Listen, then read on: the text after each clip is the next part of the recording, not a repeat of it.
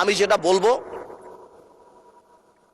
যে আমরা সবাই মিলে আমরা বসি, আমরা আলাপ করি, কিন্তু আমাদের কোনো সদস্যর বক্তব্যে যাতে জুলাইকে আন্ডারমাইন না করা হয়। কারণ মনে রাখতে হবে, যেদিন আবু সাইদ শহীদ হয়েছিল সেদিন চিটাগংয়ে ওয়াসিম আকরামও কিন্তু শহীদ হয়েছে। কন্ট্রিবিউশন কিন্তু কারো কম না, আমাদের সবারই। কেউ হয়তো 2 গুলিতে মারা গিয়েছে, কেউ 1 গুলিতে মারা গিয়েছে, মারা গিয়েছে কিন্তু অনেকেই। আমি তাই বলছি বারবার, আমরা ন্যাশনাল ইউনিটি ডাকি, আমরা কথা বলি, কিন্তু আপনারা দয়া করে আমাদেরকে অ্যাটাকিং এ যাবেন না।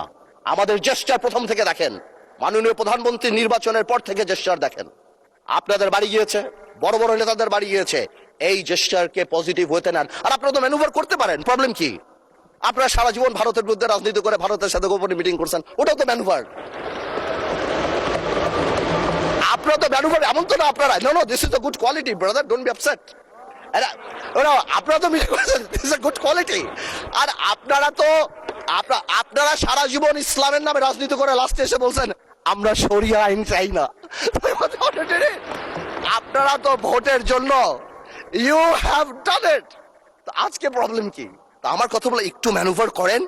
সংবিধানটাকে আমরা রেসপেক্ট করি, জুলাই সনদকে আমরা রেসপেক্ট করি।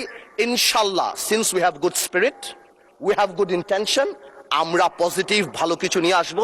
এবং আমি আপনাকে বলে দিচ্ছি, যদি জুলাই সনদের বিরুদ্ধে আমরা স্ট্যান্ড করি, এরা স্ট্যান্ড, আমাদের ঐক্য স্ট্যান্ড করে, আমি আন্দালিব রহমান পার্থ তার বিরুদ্ধে দাঁড়িয়ে কথা বলবো ইনশাআল্লাহ।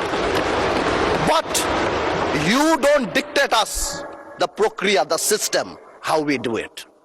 যেভাবে হবে সেভাবে আমরা করব, সংবিধানকেও রাখবো, জুলাইকেও সম্মান করব। আপনাদের সবাইকে ধন্যবাদ।